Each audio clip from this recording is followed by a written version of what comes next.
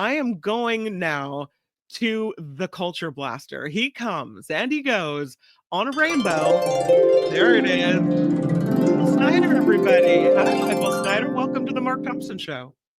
Well, howdy. Hi, Kim. Hi, Albert. I know Mark is elsewhere, but we always love dropping in on a Friday, and regards to the entire MTS community.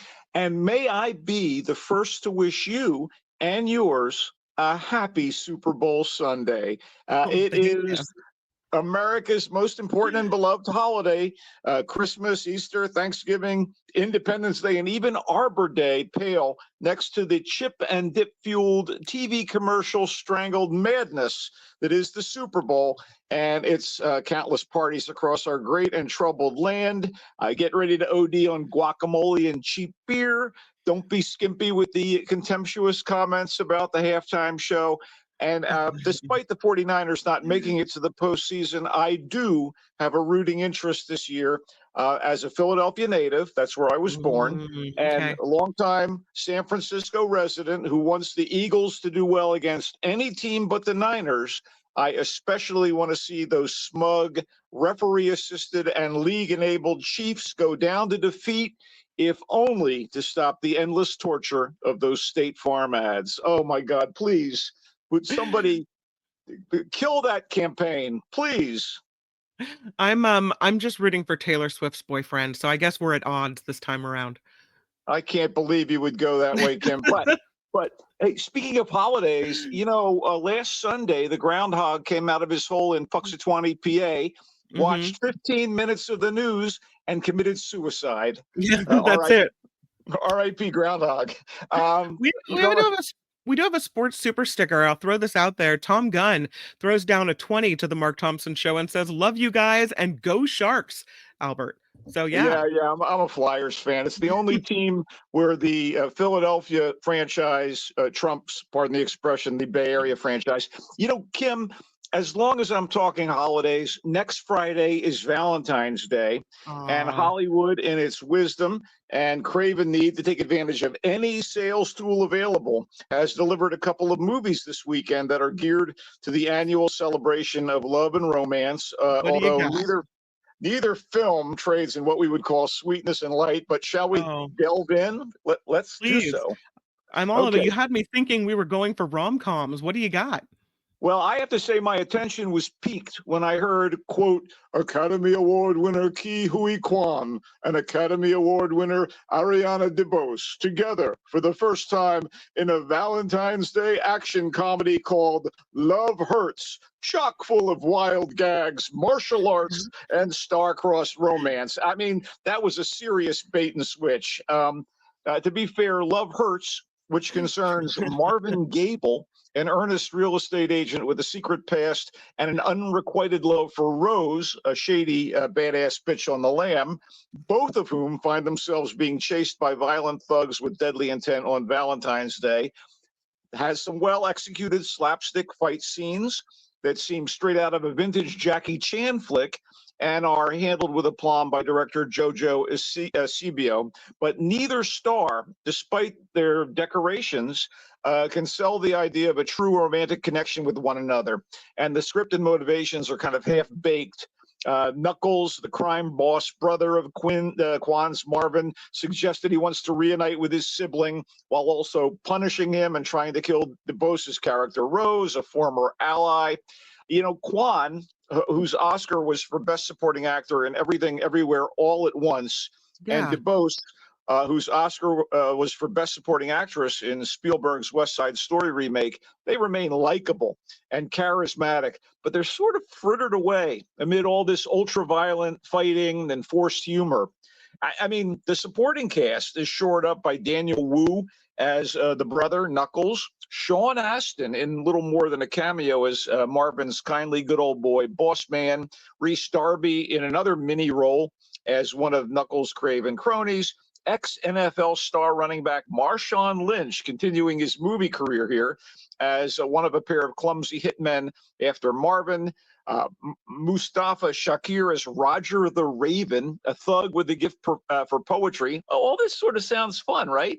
And I was especially impressed by Leo Tipton as Marvin's coworker Ashley, who falls for the Raven. But the script doesn't fly, despite the efforts of three, count them, three screenwriters. I guess so much for strength in numbers.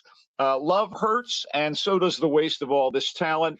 You know, again, this is one of those movies where I'm willing to say, quote, not terrible, end quote. Michael Snyder, The Mark Thompson Show. That is the best I can muster for Love Hurts. It is in theaters. Oh, not a rousing endorsement for Love Hurts. Okay. No, and I mean, I enjoy all the performers. And again, the fight scenes were good. But is that really enough for me to recommend the movie?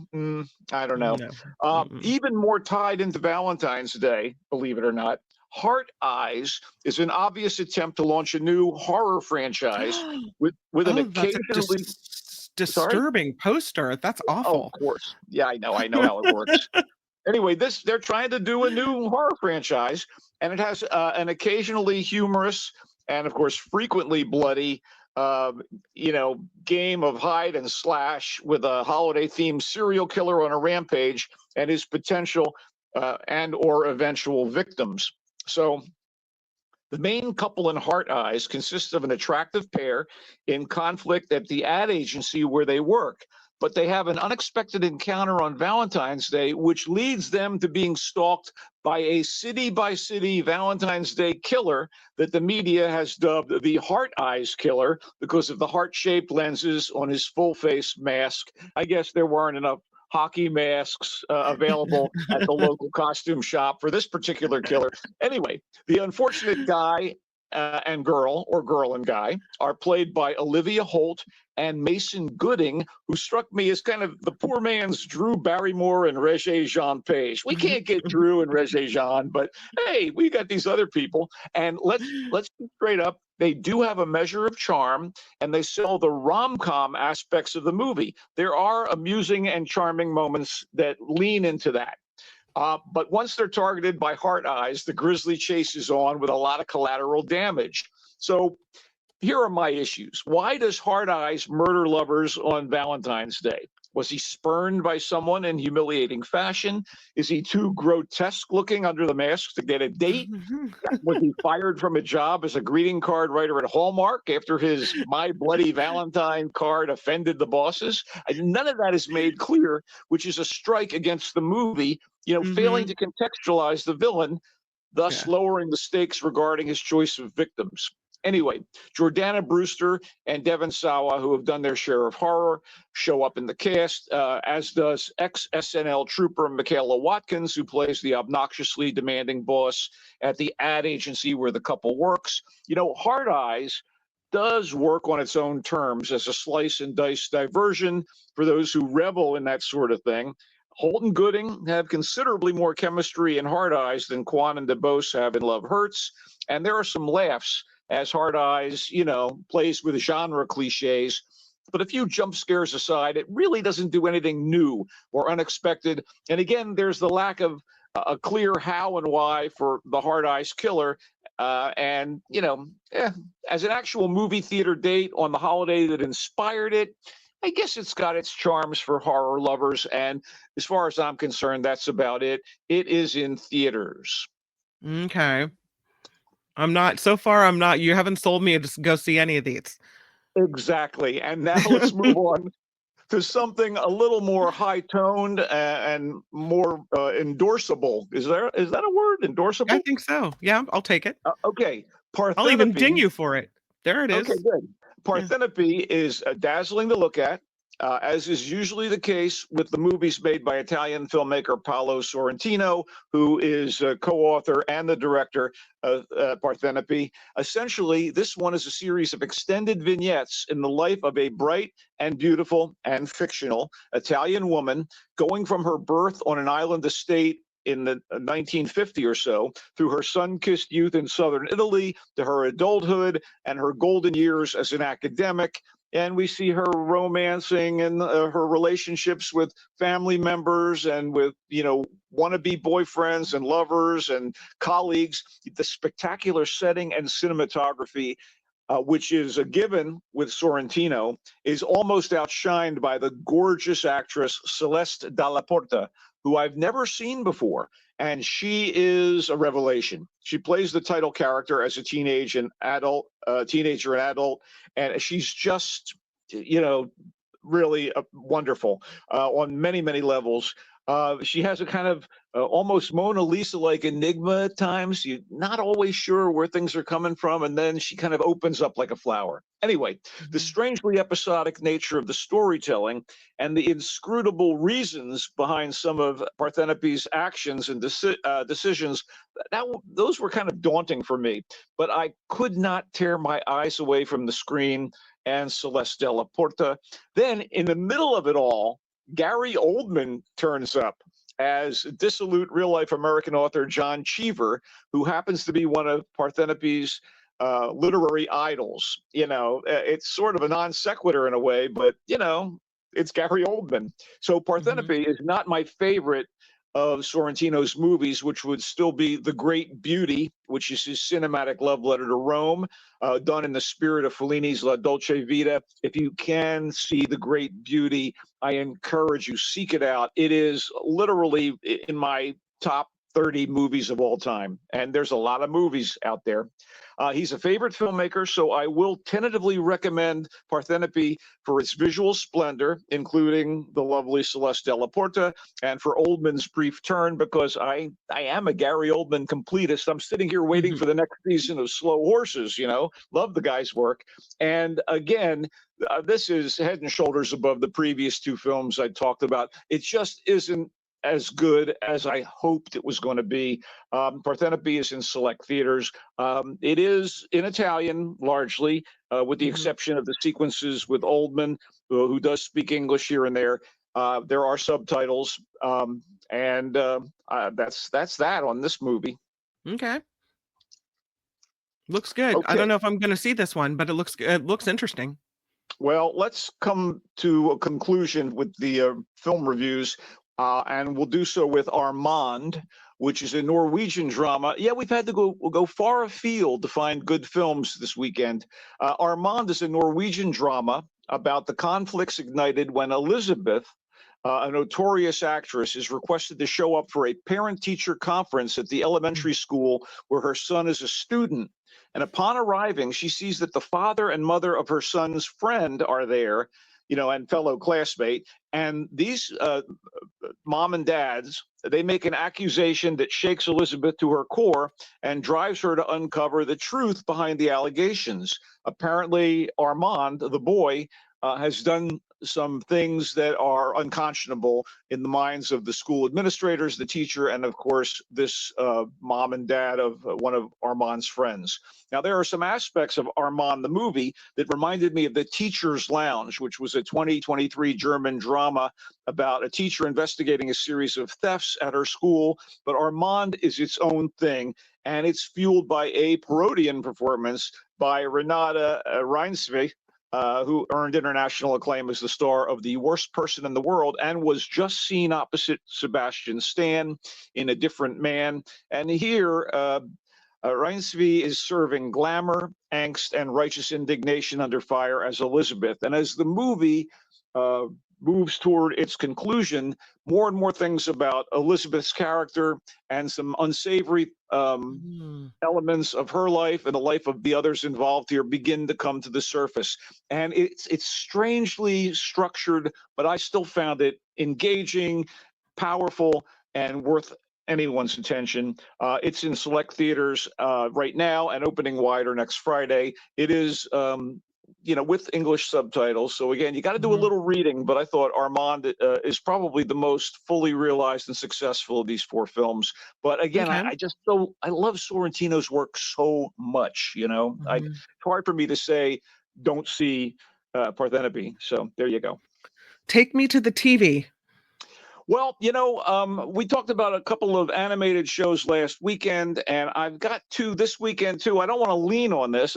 I am a big fan of cartoons, animation, superheroes, all that stuff. I will cop to that. But Invincible is an adults oriented animated series about a superhero, a kid, the son of another superhero who ends up trying to seek his destiny. And season 3 just dropped on Amazon Prime. He's our hero, Invincible, is a teenage boy, but his father was like Superman. And he's trying to live up to the guy and living in his shadow, and then finds out that his father is not really what he seems and might be Mhm. the advance guard of an invasion from another warlike planet. That was the premise at the very top of season 1. We're on to season 3, and we'll see how Invincible, the boy, his human mom, who by the way is voiced by longtime favorite in the Bay Area, Sandra Oh, Mhm. how he fares. The voice of Invincible is another terrific actor, one I like very much, Stephen Ewan, who's done really amazing work in film and was a member of the original Walking Dead cast. And J.K. Simmons plays Dad, Omni Man. So you got great voice work. Seth Rogen is on board here as an alien involved in all this foolishness. And we Mhm. also have Mark Hamill and Walton Goggins. They did not stint on the voice cast. And Invincible is smart, brutal, and again, skewed toward adults. I don't know if it's your cup of tea, but it is on Amazon Prime if you like this sort of thing. Um, we do have something more for the whole family. And in fact, it's one of the most youth skewing Marvel projects in a long time. It's called Your Friendly Neighborhood Spider-Man, and it's on Disney Plus. And it's about teenage Peter Parker in high school, learning basically how to be Spider-Man. And it Mm. changes up a lot of the familiar characters and a little bit of the origin story and his circumstances in the interest of creating kind of an alternate universe version of the character. They do reference things from the Marvel movies, but this is actually meant to be, its own thing, a totally different thing. And I thought so far I've been pretty intrigued by it. I think old time fans, old school people will go, no, that isn't how he got his powers. And wait a minute, those aren't his high school friends. Well, diversity has come into play here. In fact, to the point where Norman Osborn, who's always had kind of kinky hair, and that guy is the industrialist who becomes the supervillain Green Goblin, he's actually black in this particular version of Spider-Man, and he's voiced by no less than the award-winning Coleman Domingo, so good in last year's Sing Sing. I don't care about that stuff. I don't care about that kind Mm. of colorblind casting. It works for me in the context of Your Friendly Neighborhood Spider-Man. And let's just wrap up with something very bizarre. I've been watching and I endorsed High Potential, a new crime of the week detective show on ABC and Hulu, starring Caitlin Olsen as sort of a very, very smart and very, very scattered and very, very casual but incredibly effective consultant to the LAPD. It's been funny and engaging, and she's kind of quirky and goofy. And I found out that High Potential was actually based on a French TV show called HPI, Haute Potentiel Intellectuel, which is the exact same show, which is now kind of franchising out to other countries. Thus, we got an American version. And the French actress Audrey Fleurot, who plays Morgane, the same character that Caitlin Olsen plays, is great. She's kind of even better than Caitlin Olsen, who I love in High Potential, but she is absolutely wonderful in Haute Potentiel Intellectuel, HPI. And it is, in fact, already in its 4th short season, all of which I think are available on Hulu. So if you want to do a compare and contrast, because the first few episodes I've watched are basically rewritten into English for the ABC version. Some changes are made, but So are you boy, recommending the English version or the French version or both? both, absolutely Okay. both. And I really, Audrey Fleurot is, you can say born to play the role. I don't know. She is absolutely great. in HPI. Anyway, that'll wrap it up, I guess, Kim. Yeah, that's good. We'll recap it. When talking about movies, you covered Love Hurts. You said it's a waste of talent. Not terrible, not a rousing endorsement from the Culture Blaster today. Heart Eyes, you said there's some amusing and charming moments, but questions about the plot really plagued you. You said it's nothing new and nothing unexpected here. So, yeah, meh. Parthenope, you talked about this great new actress. You love the cinematography. You said you couldn't look away. You're tentatively recommending this, is what you said. Armand, you called it strangely structured, but really powerful. And though it's in a different language and you have to do a little reading, you said it's worth the trouble. Yeah, The yeah. Go ahead. I was just going to say that Parthenope. It's just the script seems to be haphazard in some ways, and her evolution isn't always as fluid and coherent as one would expect. And again, you don't know about her motivations and some of the choices she makes. But again, I mean, those beautiful perfume ads we see on TV occasionally.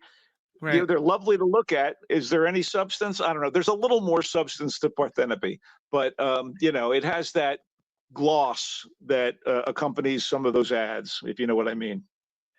For streaming options, Invincible is an animated adult series with great voiceover actors, you say, and you call it smart but brutal.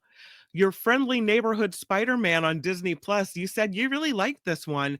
And HBI, Hot Potentiel Intellectual, you said Uh, it's haute, funny. Sorry, haute, how bad did I haute, mangle it? haute potentiel intellectuel. Thank you. Oh, Funny you're and welcome. engaging, you said. It's based on a French show. Yeah, I know. It's really good. And now being recreated in other countries. Find it on Hulu. You said this is a great show.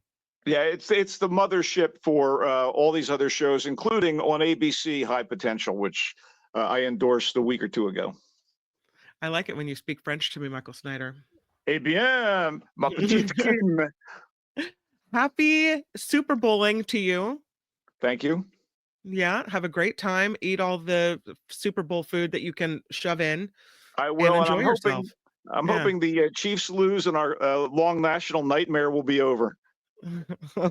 Yeah, enjoy Trump on the screen. That's what you have to look Oh forward to. God. Oh, here we go. Michael Snyder comes and goes on a rainbow. Thank you, Michael. You're welcome. Bye, everybody. Hi, it's Mark, and I thought that was great. Hit the notification bell, you'll know whenever there's a new video being dropped, and please subscribe to our channel to help us save the universe.